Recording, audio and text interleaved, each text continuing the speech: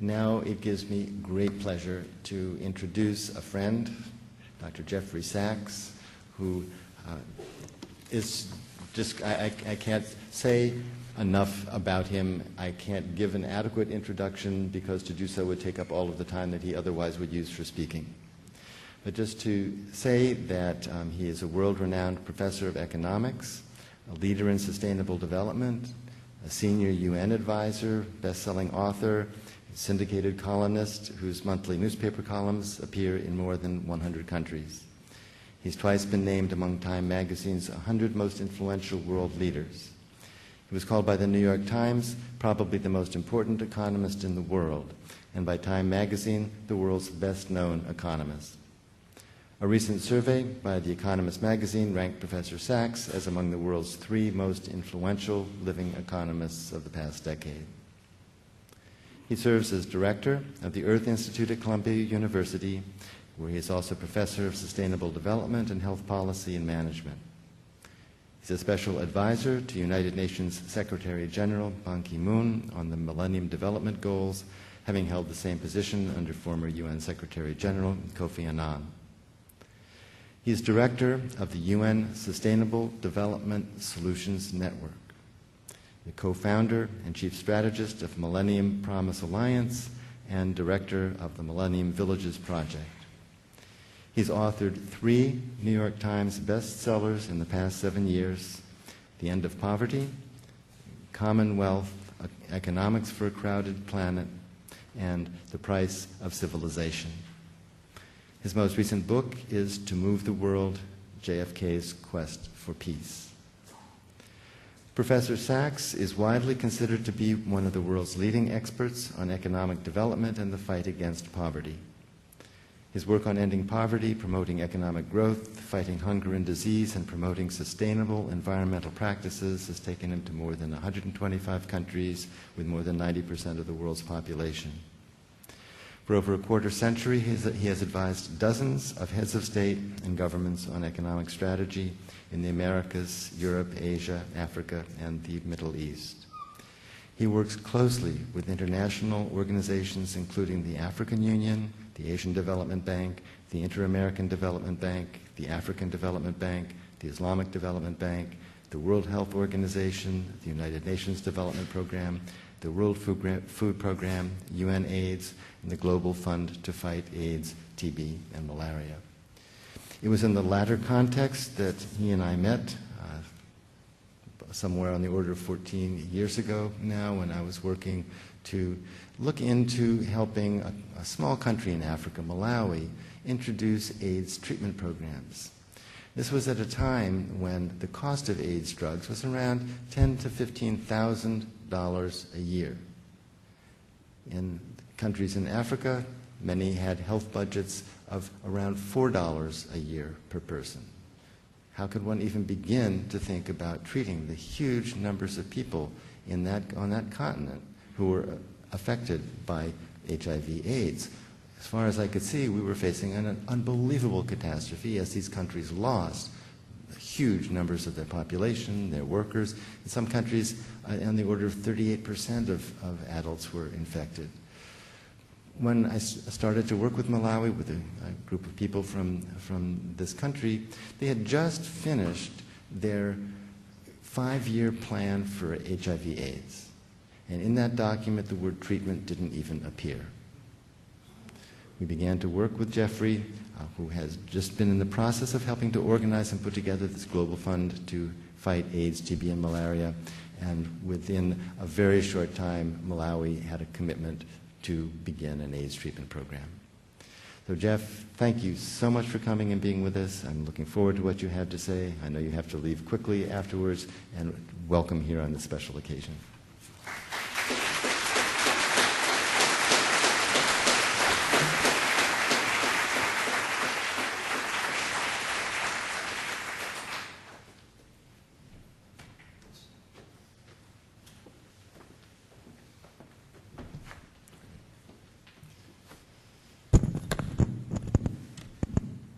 Peter and the Salk family and University of Pittsburgh, and ladies and gentlemen, I can't tell you what a thrill and delight and honor it is for me to be here.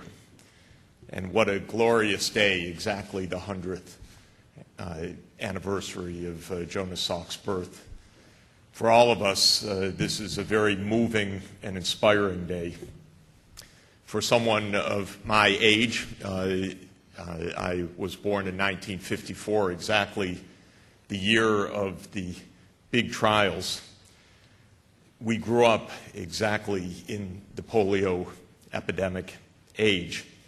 And even, of course, as an extremely young child, I was aware of this, aware of it because I had an uncle who was stricken with polio throughout his life, because I remember still that first shot in my arm given by Dr. Birnbaum in Detroit, Michigan. That's a shot you never forget.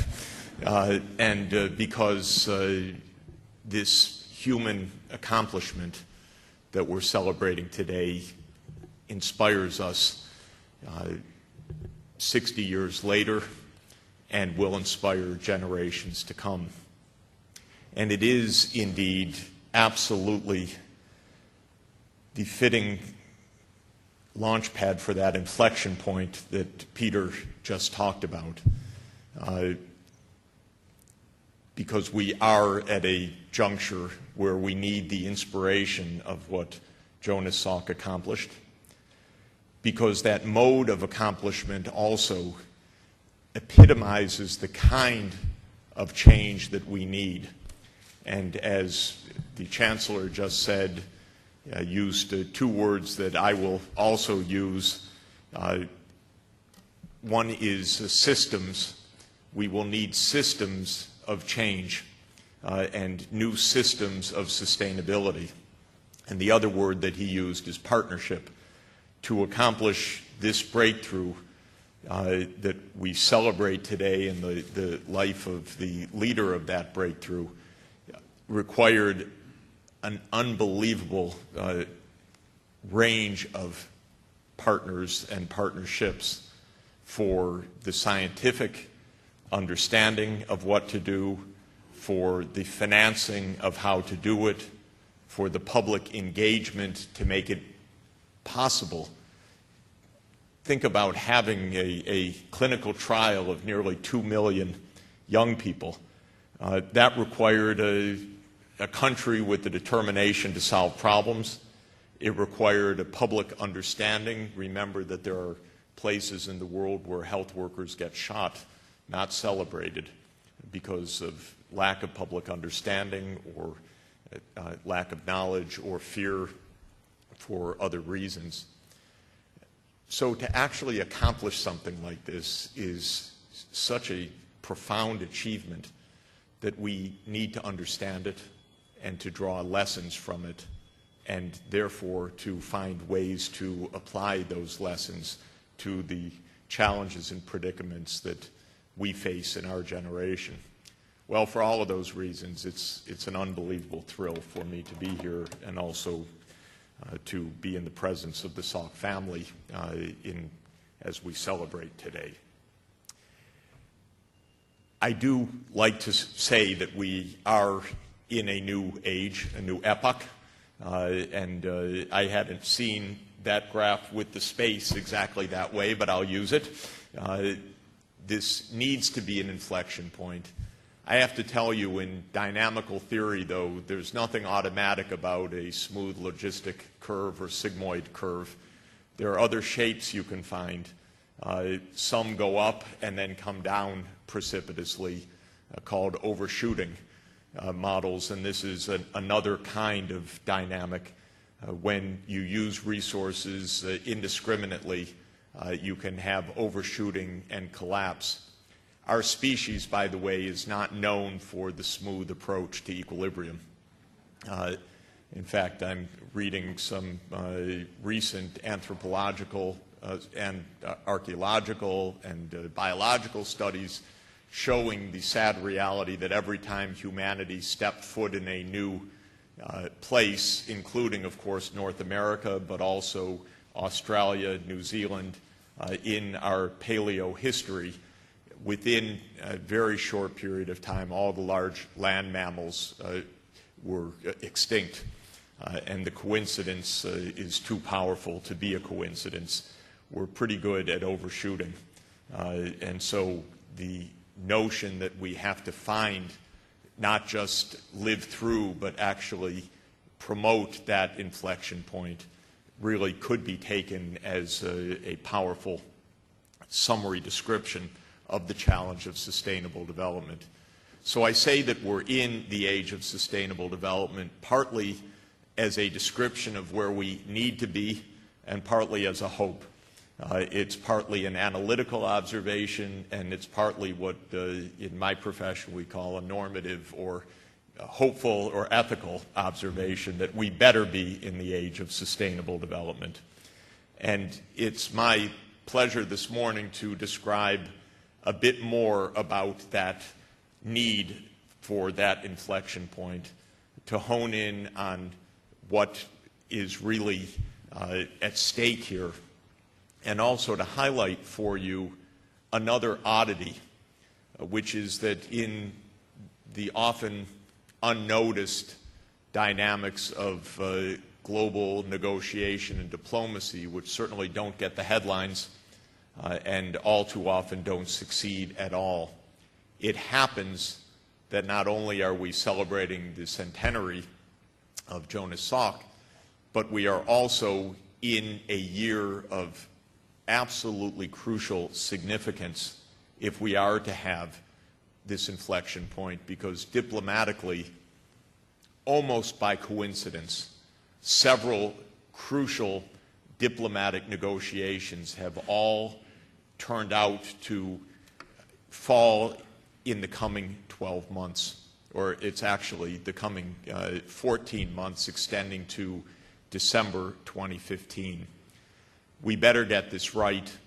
We're not going to have another chance soon where all of these diplomatic forces align and coalesce, giving us the chance to make that kind of inflection. So as I was thinking about exactly this link between the global diplomacy and Dr. Salk's accomplishment, I think the essence of what comes to mind is the combination of forces that this accomplishment reflects. Creativity, to be sure, and as one finds in understanding the nature of the accomplishment, how many insights were needed to reach a successful vaccine, how much learning, and incidentally, how many tough fights within the scientific community, because any new breakthrough is a struggle. Nobody stands back and says, "That's a terrific idea." Believe me. In fact, any great idea is met by almost universal opposition until it's proved. Partly that toughens you along the way, but partly it seems also to be the instinct of a species which can be cooperative, but is also highly competitive.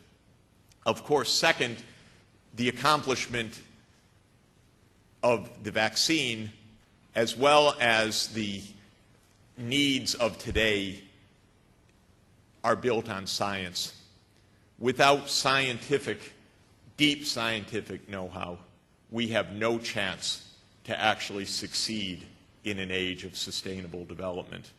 This is also the result of that earlier geometric or exponential growth of the population.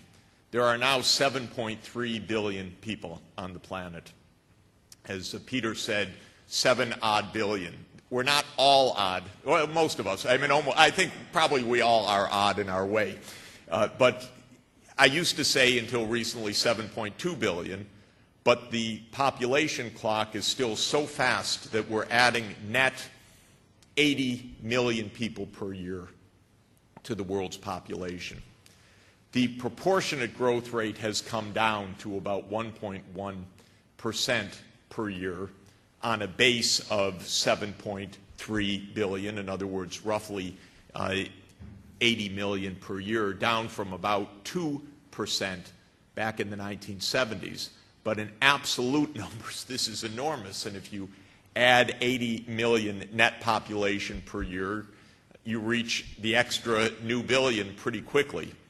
We reached 7 billion people on, according to the UN's official population clock, on Halloween Day 2011. And the projection is that we will reach 8 billion people in 2024. Now, to live in a world so crowded cannot be done by the return to simplicity, as much as we would love to think in those terms. Because to feed 7.3 billion, soon to be 8, quite possibly soon to be 9, 10, and 11, requires the best of science, not the simplification, to keep people safe in an interconnected world, a world where emerging diseases like Ebola are terrifying and spread with dramatic speed, requires the utmost of science.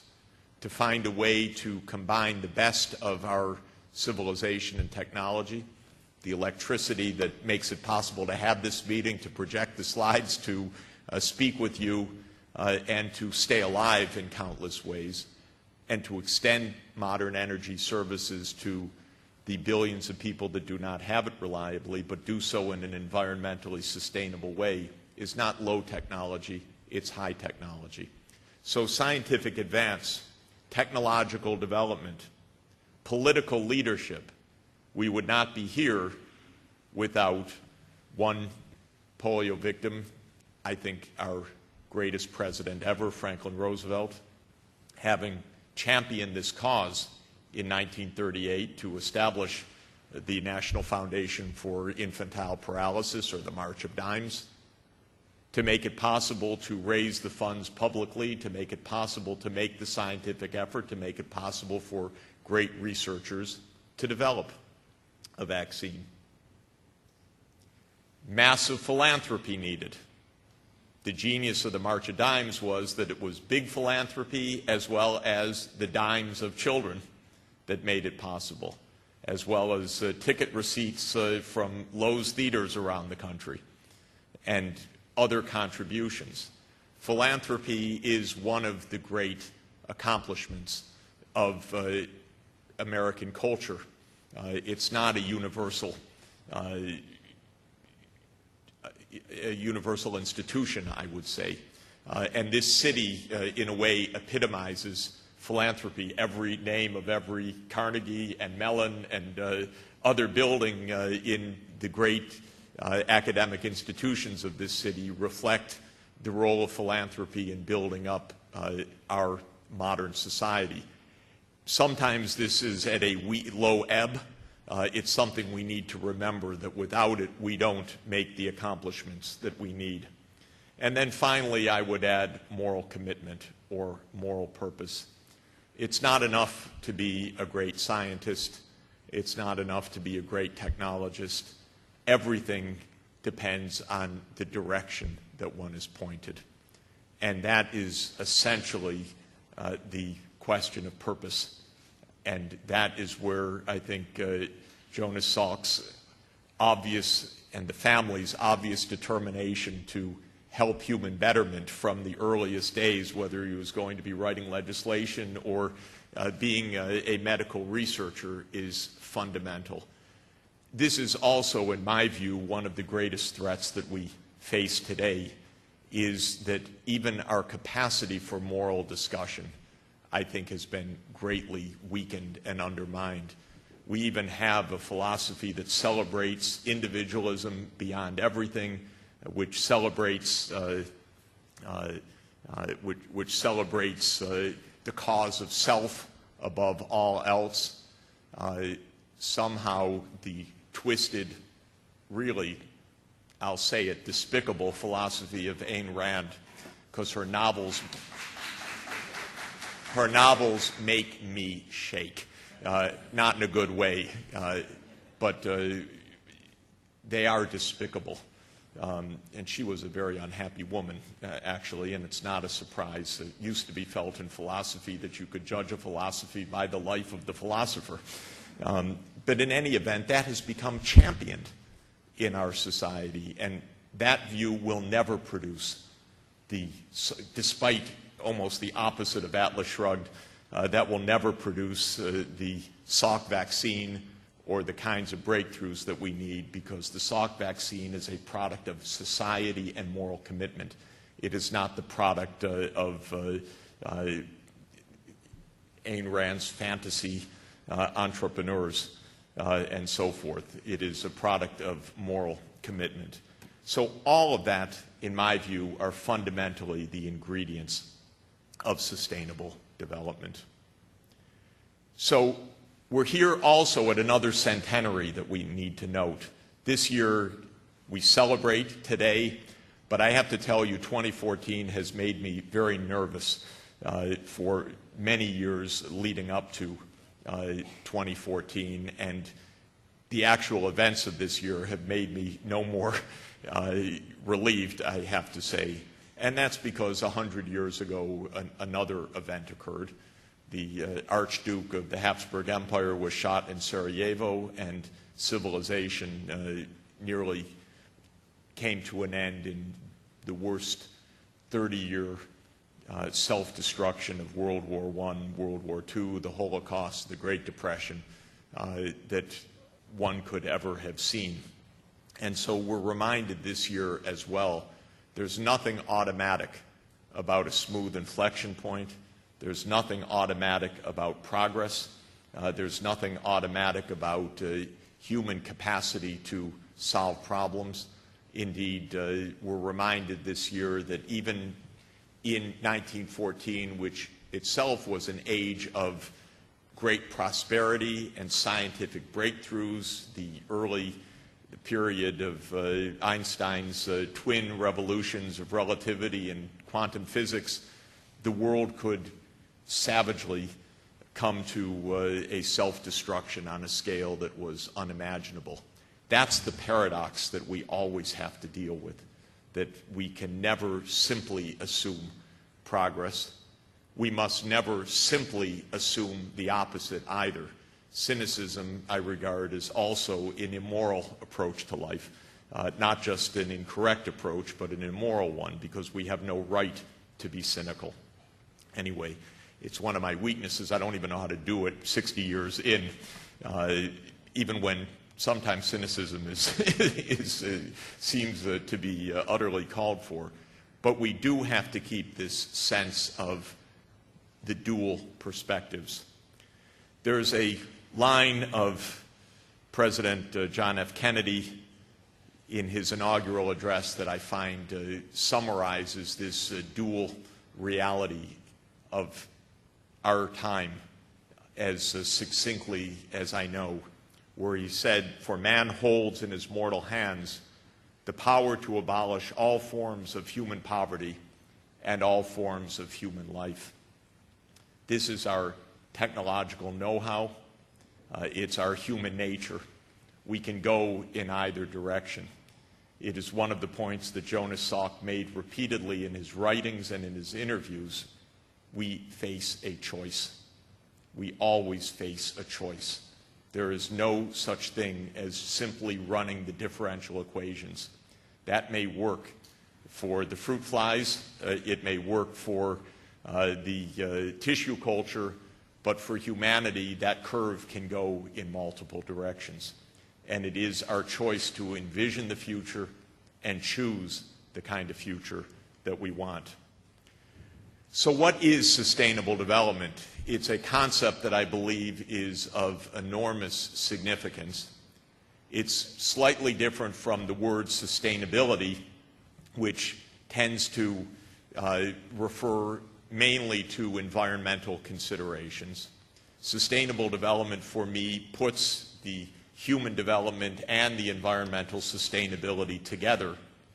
And it is what Dr. Goldstein referred to in his opening words as that need for a holistic, integrated vision. If the price of fish in the markets of West Africa can trigger events that lead to bushmeat eating, outbreaks of zoonotic diseases, spread of global disease, we need an integrated vision even to understand the kind of world that we're in. But we also need an integrated vision if we're going to choose morally the direction that we need to move. So sustainable development for me is a concept that expresses two different kinds of holism. One is analytical holism, that we need to be able to see the systems of economics, politics, nature, not only in their own intricacies, but in the interconnectedness across those dynamics, simply to understand the world that we're in. That's the analytical side. And from the moral side, we need a holism of our goals and objectives. If we say, as our headlines sometimes seem to proclaim, that the growth of GNP is the bottom line, that the biggest question for humanity is whether U.S. GNP grows by 2.3% in the last quarter or 2.6% in the last quarter, we're going to miss far more important truths. Because if we pursue economics to the point of mass social inequality and exclusion, or if we pursue economics to the point of environmental destruction, we're going to end up with nothing of lasting value. We will not have that inflection points and the smooth approach to sustainability.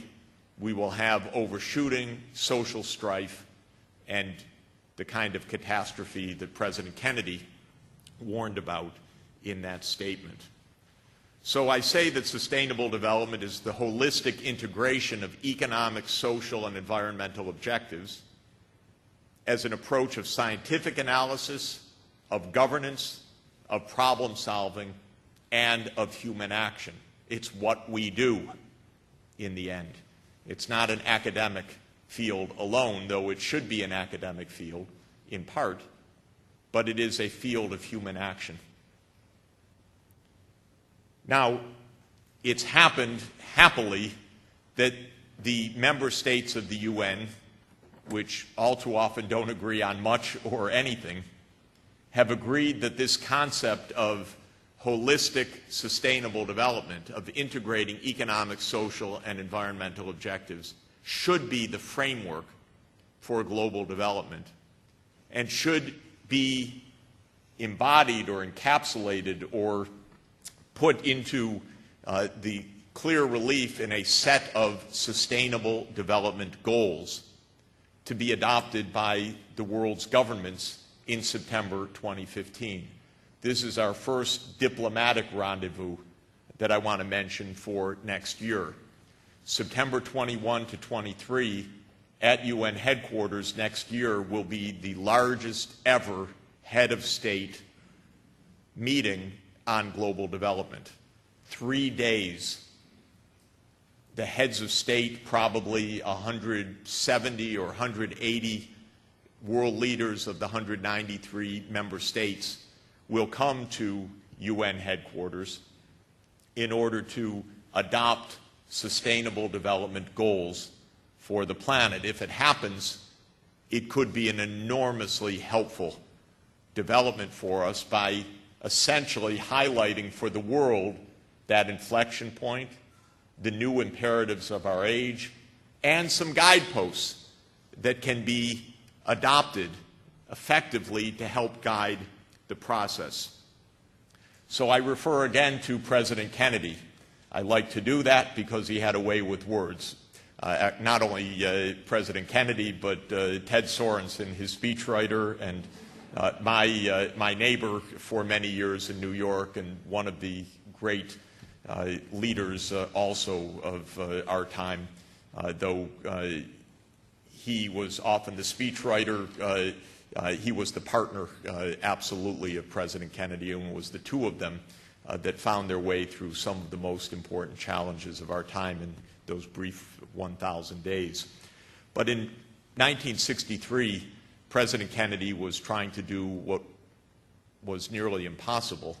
Just in the aftermath of the Cuban Missile Crisis of October '62, Kennedy decided, with the brilliance and insight, that we had to find a way to make peace with the Soviet Union. And that was no easy task politically or diplomatically. It would be something akin to reaching a strong agreement with Iran today. You can imagine how many forces of opposition, doubt, cynicism, complaint there would be. But President Kennedy knew that avoiding the destruction by our mortal hands depended on it. And so he launched a peace initiative. And one of the things he said in that peace initiative that culminated in the Partial Nuclear Test Ban Treaty in 1963 was that one of the ways to achieve an objective was to define the goals clearly. And he said specifically, by defining our goal more clearly, in his case, the goal of peace, in our case, the goal of sustainable development. By defining our goal more clearly, by making it seem more manageable and less remote, we can help all people to see it, to draw hope from it, and to move irresistibly toward it. And I always found that a brilliant insight of leadership, that leaders help to point to goals. Here is where we need to go. And next year, not only will we be adopting sustainable development goals if we succeed in that diplomatic process, but actually goals around 3 crucial areas for that inflection point. In July 2015, there will be also a head of state summit on financing for our planet, financing for sustainable development. What does that mean? That means making a financial system that isn't a gambling casino, but is one that can direct our savings to research and development, to low-carbon energy systems, to health care provision in the poorest countries, to ensuring every child can get an education. It's using our resources wisely for human purpose. And next year there will be, in the lead up to this September summit, an important meeting on financing for development, a chance to set goals for global finance. And then 2 months after the 2.5 months after the September meetings will be the third of the consequential meetings in 2015. In 1992, we signed a treaty. Most people are not aware of it. We have signed a treaty to get climate change under control.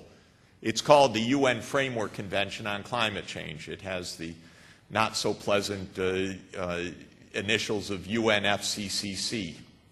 It's actually law of the land in the United States, in the sense that treaties are part of our law. You would not know it by our political behavior.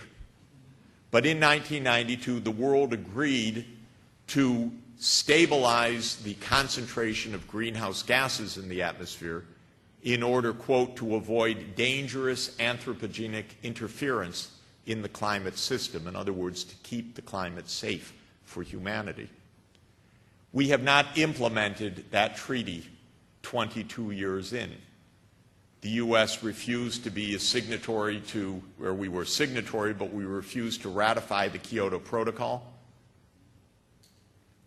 That protocol, without U.S. leadership, hardly functioned. It expired between 2008 and 2012.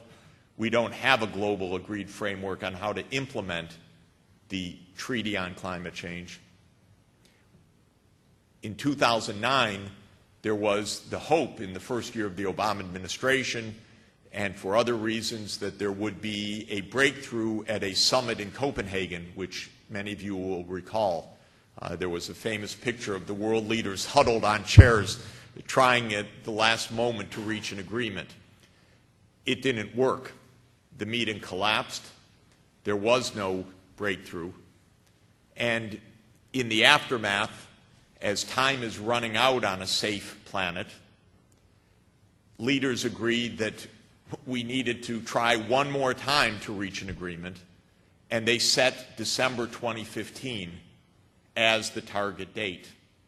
Now, mind you, how do world leaders handle an emergency?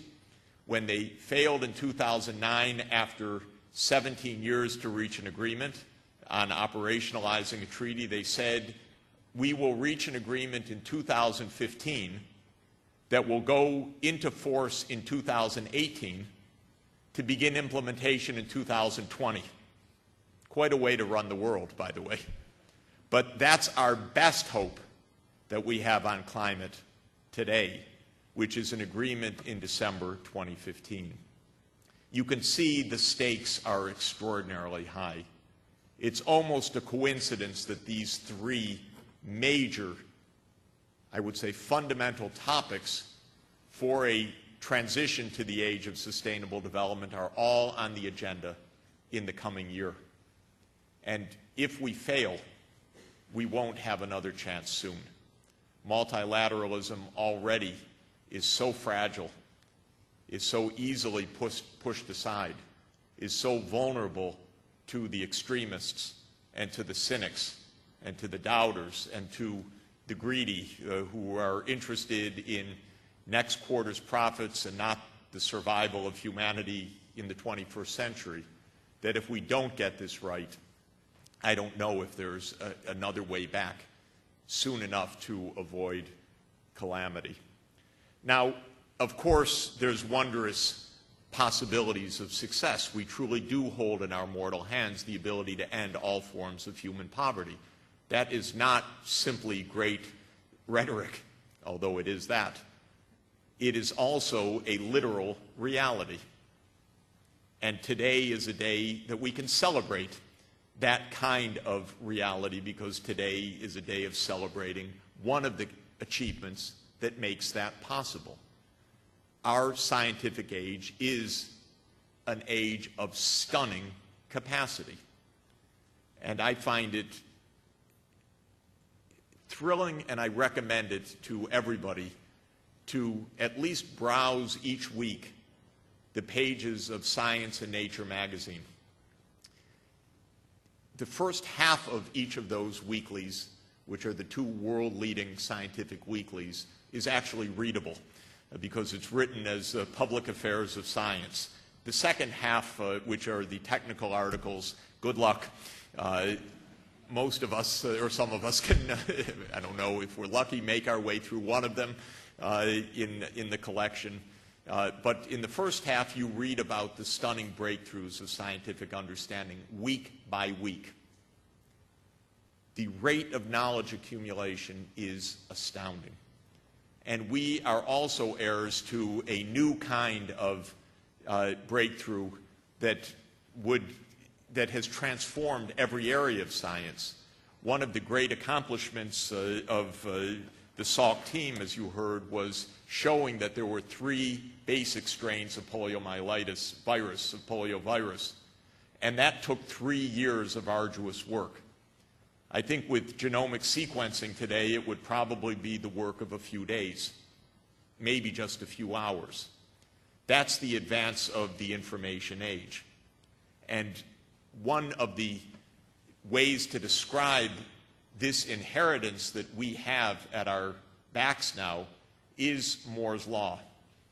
Moore's Law, of course, was the observation made by Gordon Moore in 1965, looking back at the first 6 years of integrated circuits, that is, etching solid-state electronics components on a silicon crystal, that the rate at which one could etch transistors into an integrated circuit had been doubling every 18 to 24 months.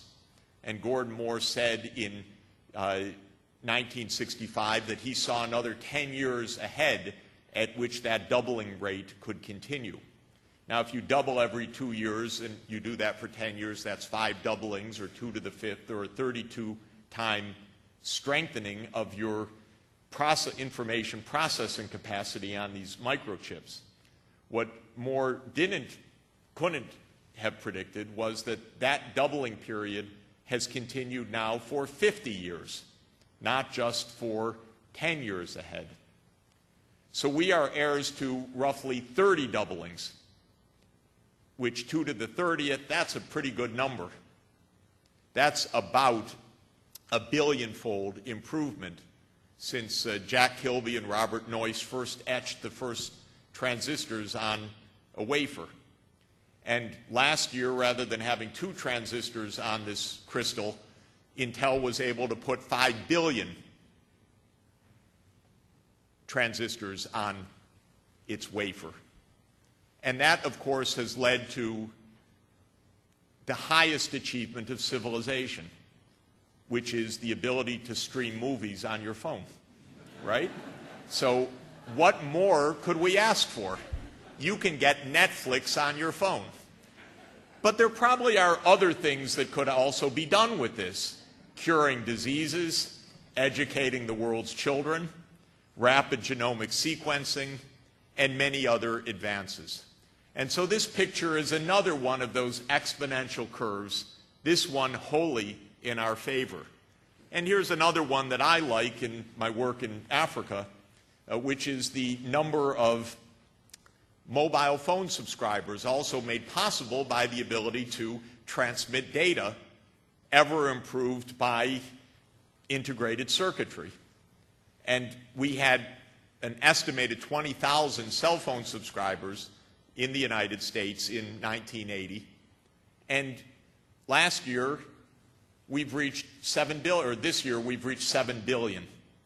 And just in the last few years, the most remote villages in Africa that were isolated and absolutely without ability to join the economy, to provide basic services, access to health care, now have mobile connectivity.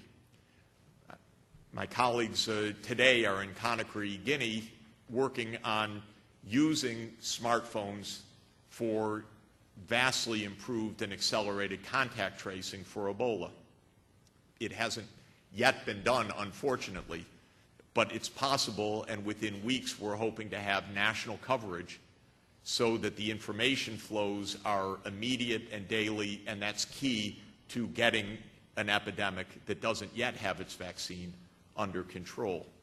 And this would not even have been in the imagination just 5 years ago when there wasn't the coverage, and now it's absolutely feasible, and the phone companies are strongly supportive of it as well.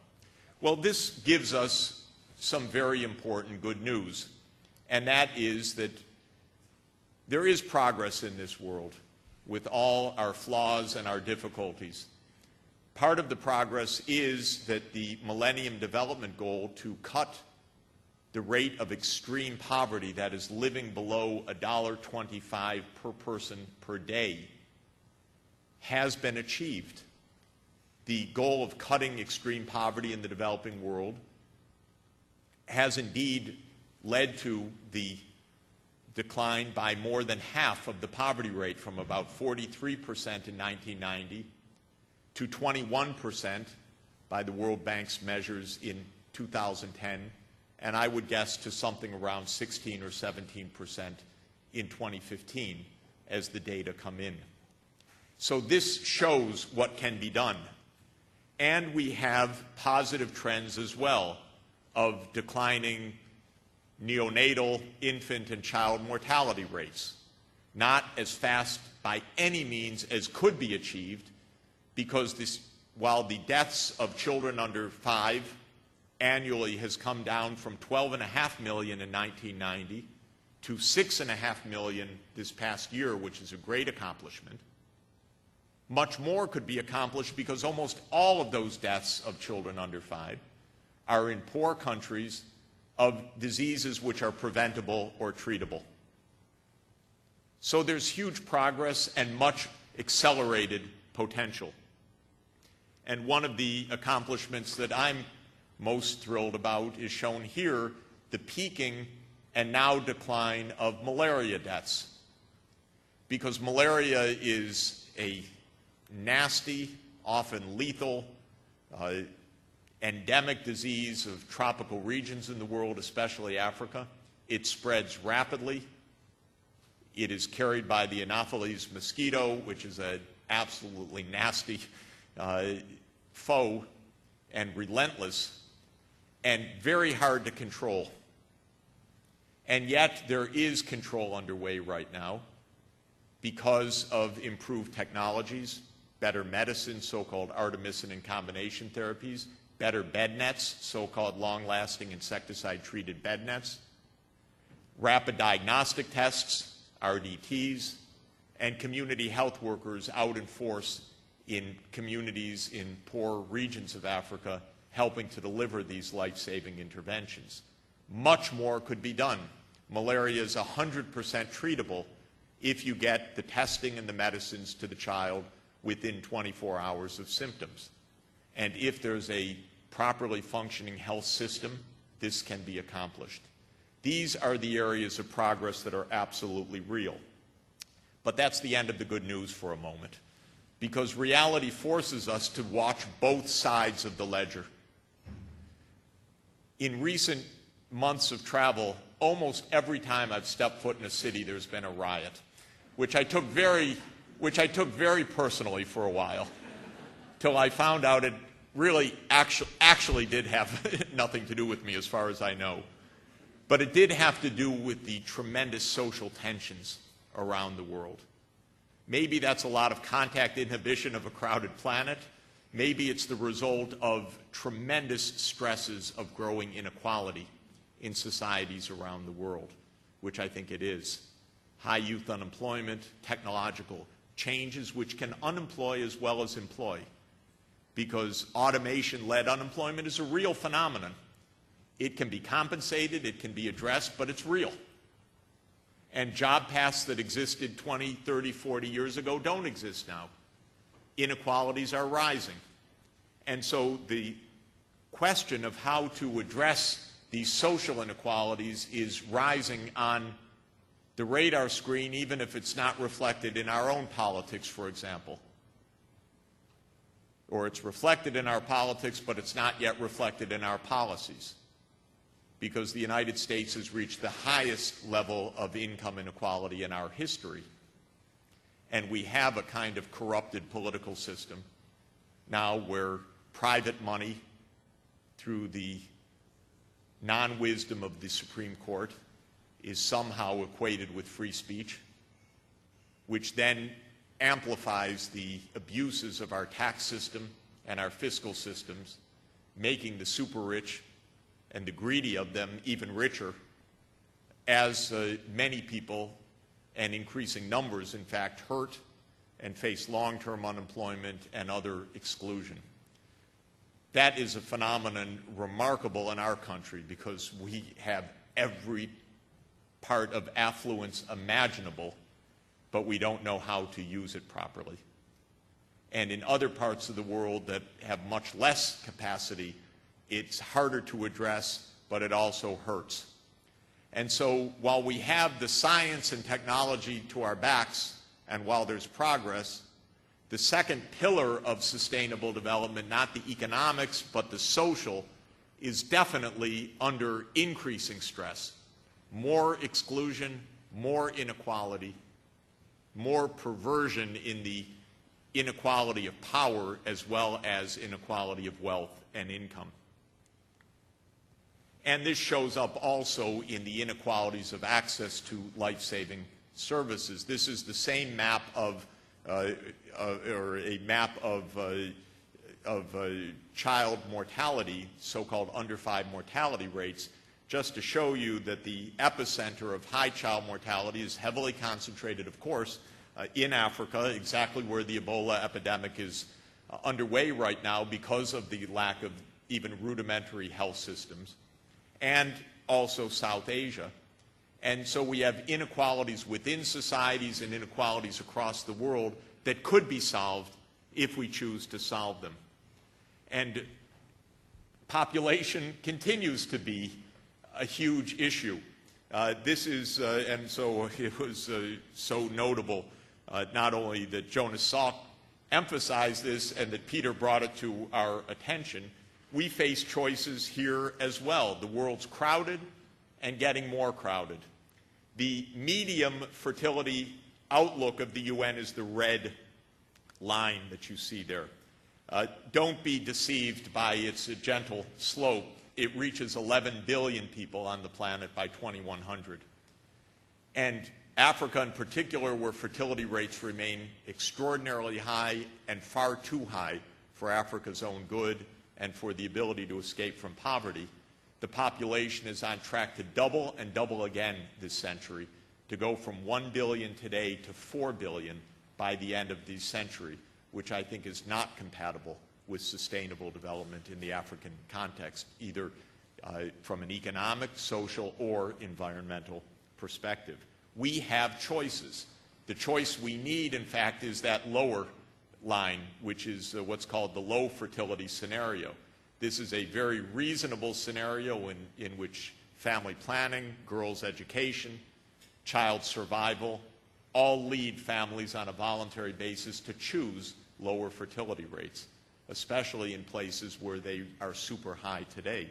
Then the world's population could peak at perhaps 8.5 billion and then gradually begin to decline after that, gently and simply by a fertility rate slightly below the so-called replacement rate of 2.1 children per mother. But, and finally, our most unprecedented problem for our generation is one that we have had an extraordinarily difficult time grasping. And it is because it is unprecedented. Exactly, again, as Peter said, we've never faced the inflection point before. It's by definition. This is unusual. We recognize problems of inequality. We recognize problems of exclusion. We've been living that problem for thousands of years. We know problems of war and peace. We know about our complex human nature. But what we don't understand is the human impact on the physical world in the way that it exists today, because it has never existed this way before. When the Industrial Revolution started, incomes were roughly a 40th or 50th of the resource use per person of what they are today, and the population was 1/9 of the population today in the world. And therefore, we have roughly a 300 to 400 times higher impact on resource use in the world.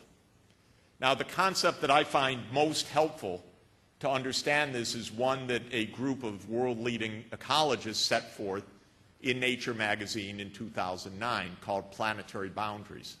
This makes sense that there are physical thresholds of safety or danger. We exceed them at our peril. Going around that circle is a circle of woe and risk.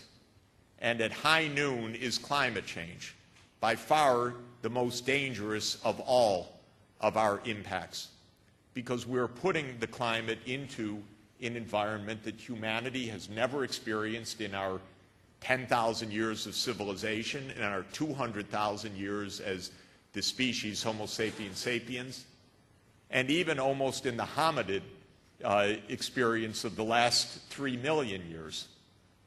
We are putting the world in an unprecedented climate state. But that's not all. As one goes around the circle, ocean acidification, massive drainage of and flux of nitrogen and phosphorus because of the chemical fertilizers that we use to grow food for 7.3 billion people, massive loss of habitat and biodiversity, causing what is rightly being called the 6th great extinction event of the planet, massive aerosol pollution that makes the air poisonous, as it was once in Pittsburgh, but then cleaned up, but still is in large cities in Asia, in China and India and elsewhere. We are so numerous, we are so productive that we can overshoot the very basic substrate on which we grow. And that's the overshoot and collapse that is a very real possibility. without belaboring the point, just to show you that in the natural fluctuations driven by orbital cycles, carbon dioxide goes up and down through the ice ages and the interglacials. We're in an interglacial now in the last 15,000 years. But look what's happened to CO2 in the last blink of an eye. A wonderful inventor, James Watt, in 1776, brought forward an economical steam engine, made the modern world, by the way, because there's nothing wrong with coal, oil, and gas as an energy source, except that it can poison the environment. But it did make the modern world. It made possible everything, including Pittsburgh, I would say. But it made possible all that we do have. But now it has led to a rise of CO2 concentrations in the atmosphere off the charts for the last 3 million years of the Earth. And that will lead to a climate, if we continue the way we're going, that is unprecedented. Basically, our trajectory of CO2 emissions is on a business-as-usual path shown by the top curve. That's because of more energy demand, more burning of coal, oil, and gas, hydrofracking, and all the rest. And the bottom blue line is the curve of safety of sustainable development. We have to decarbonize the world energy system and do it with unprecedented speed, basically within the next half century. And we are having a tremendously difficult time facing that. And we have our national leading business newspaper, the Wall Street Journal, a propaganda sheet every day against action. And it is horrible, the confusion and the absolute effort against human need of the big oil industry in cahoots with Rupert Murdoch, the Koch brothers and others, that are causing such risk and damage, not only for America, but for the entire world, in fact. Every place I go, there's not only instability socially, but environmental threat. And I just collect the pictures of droughts, of massive floods. These are not mine, but they're from newspapers the days that I'm visiting. In Serbia, for example, 1 in 1,000-year floods this year. Biggest drought in California's modern history underway today. This is one of the drinking water reservoirs of California. This is in Brazil, an unfolding drought all through this year. When I asked in March, so what's going to happen? What are you doing? Shh, don't say anything. We have World Cup coming up. Then we have presidential elections. This is politics. Politics can be so short-sighted that even as the drought that now is leading to massive water rationing in the state, there was no warning for months, because the time horizons of survival and human need are not necessarily the time horizons of public relations and our politics. Big drought throughout the world. By the way, if you look at the Middle East filled with drought and filled with war, and don't think it's a coincidence. It's not monocausal. Almost nothing in human realities are monocausal, but drought and climate instability is a factor of violence. And it's been a factor of violence and instability in Syria. Recently I was in Japan, massive flooding, again in Japan this summer. Torrential rains absolutely off the charts. And as you've been seeing, and was just announced a couple of days ago by the National Oceanographic and Atmospheric Administration, we've just had the hottest month of September, adding on the warmest months of April, May, June, August. 2014 most likely will be the hottest year in instrument record since instrument temperature records started in 1880. Anyone that tells you warming stopped of course, is just parroting the kind of propaganda that they read in the Wall Street Journal or hear on Fox News. It has nothing to do with what you would read week by week in Science or Nature and the overwhelming consensus of the scientific community. But the capacity of PR in a media age is remarkable and extremely dangerous. We also, of course, have the reality of emerging epidemic diseases, why we're here today, although polio wasn't exactly an emerging disease, it's an ancient disease, but it was an epidemic in the 1940s and 1950s. But today we have Ebola, we have the Middle East respiratory syndrome, we had outbreaks of SARS, of H1N1. We live in a world of recombinant pathogenic threat because populations push into new ecologies, because they come into contact with bushmeat, because the zoonoses, the spread from animal reservoirs to human reservoirs is more frequent, and because we have airplane travel that spreads these pathogens and these infections at an unprecedented rate. So those are big challenges. This is what sustainable development means in its holistic way. We will need rapid technological transformation to safe energy systems, to safe health systems. We need equity in social service provision. We need community protection of natural resources from local level to global scale. We need strengthened local governance. We need better sharing of work, learning, and leisure. We need to restrain arbitrary corporate power. We need more responsible financial markets, one of the goals of next July's Global Summit. We need to re-democratize our democracies. We are not $1, one vote. We are one person, one vote. And we need to get back to that if our country is going to thrive again.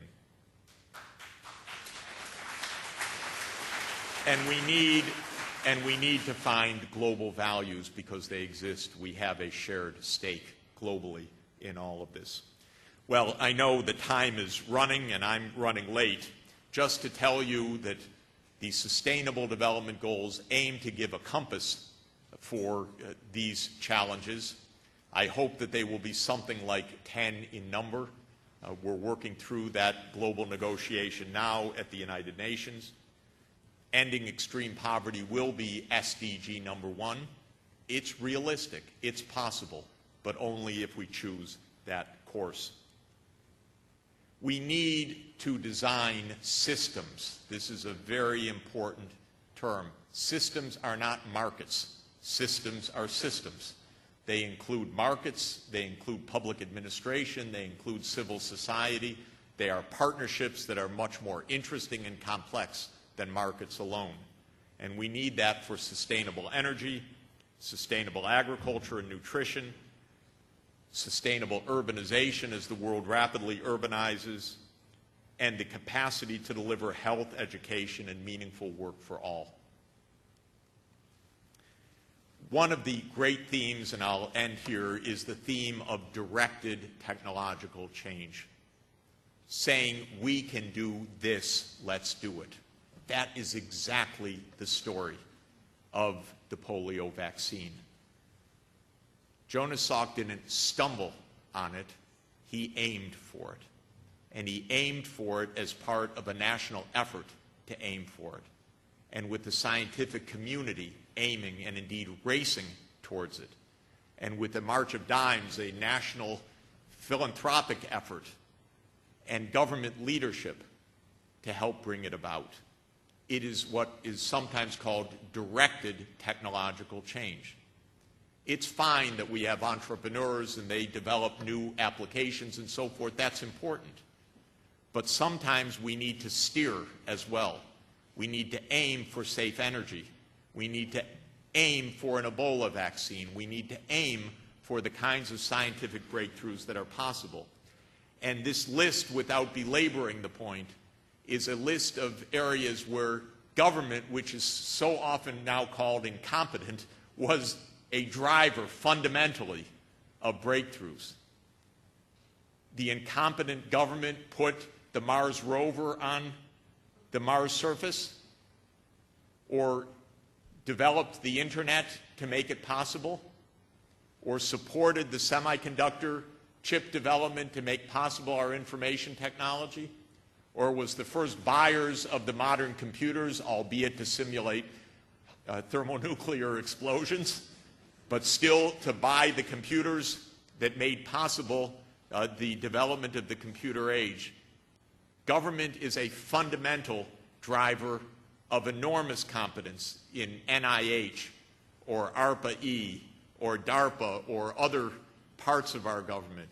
And we have lost that sense and the obnoxiousness of these congressmen grilling the head of CDC, Tom Frieden, rather than saying to him, Mr. Frieden, Dr. Frieden, we're sorry we cut your budget. How can we help you now at this critical juncture? It is really a disgusting loss of civic virtue on display in Washington. And we're sending them there. We need to send them home. And a new kind of politics of decency, which says we want to solve human problems, not yell at each other. So great things continue to be done. One of the great achievements, government-led, was the Human Genome Project to sequence the genome. It cost several $billions over roughly 13 years to achieve by 2000. And then the leading scientists got together under NIH auspices and said, what next? Well, let's reduce the cost. It's perhaps $100 million per genome in 2001. Let's get it down to $1,000 by 2015. And lo and behold, the community has done it. Again, with government and private support. This is a semi-log graph, so these are constant percentage declines. Moore's law is the decline of cost shown by the white straight line. We're beating Moore's law. The decline of the genome was from $100 million per genome to $1,000 this year. That's a 100,000-fold improvement in 13 years. That's what we can do when we try.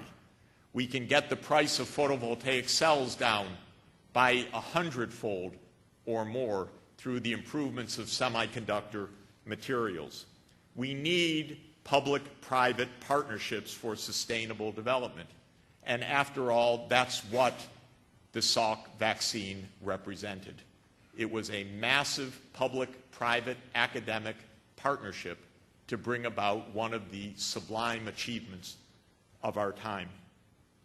And that requires sharing knowledge. And of course, perhaps the most iconic quote of your father, Peter, when he was asked who holds the patent, and he said, there is no patent. Who could patent the sun? The people hold the patent, is what he said to Edward R. Murrow. And that spirit is also fundamental for directed technological change. So our chances are real. I've described our opportunities. I'm late, so I'm not going to detail them, except to say that I'm going to leave my slides, and I hope they can be posted so anyone can look at them with greater care. And I want to end with two quotations. First, of President Kennedy. As a young child, of course, for me, another iconic moment was from age 7 to age 15, either sitting by the radio originally at Cape Canaveral countdowns or watching on television as President Kennedy's vision of putting a man on the moon and returning him safely to Earth before the end of the decade was realized. Can you imagine President Kennedy standing in Congress in early 1961 and saying, before an astronaut went up in space, we're going to put a man on the moon and bring him back safely to Earth before the end of the decade? No political advisor would allow his boss to say that today. And by the way, there was no NASA plan to do it. It took NASA scrambling 16 months to come up with the idea of the lunar module and landing on the lunar surface as the best shot of it. But what a wondrous accomplishment, truly for all of humanity, but what a wondrous accomplishment for engineers. and another great public-private partnership. And of course, President Kennedy was asked, why are we doing this? And he gave one of the most famous answers, and I love it because I think it's important for us today. He said in his speech in Rice University in 1962, we choose to go to the moon. We choose to go to the moon in this decade and do the other things, not because they are easy, but because they are hard. Because that goal will serve to organize and measure the best of our energies and skills, because that challenge is one that we are willing to accept, one we are unwilling to postpone, and one which we intend to win, and the others too. And that's the spirit that we need to face sustainable development. And I'll end with the wisdom of Jonas Salk, who constantly said we must learn to become wise and good ancestors, bequeathing an earth for future generations. And he said in an interview that I watched recently, we have enough time if we do not waste it. Thank you very much.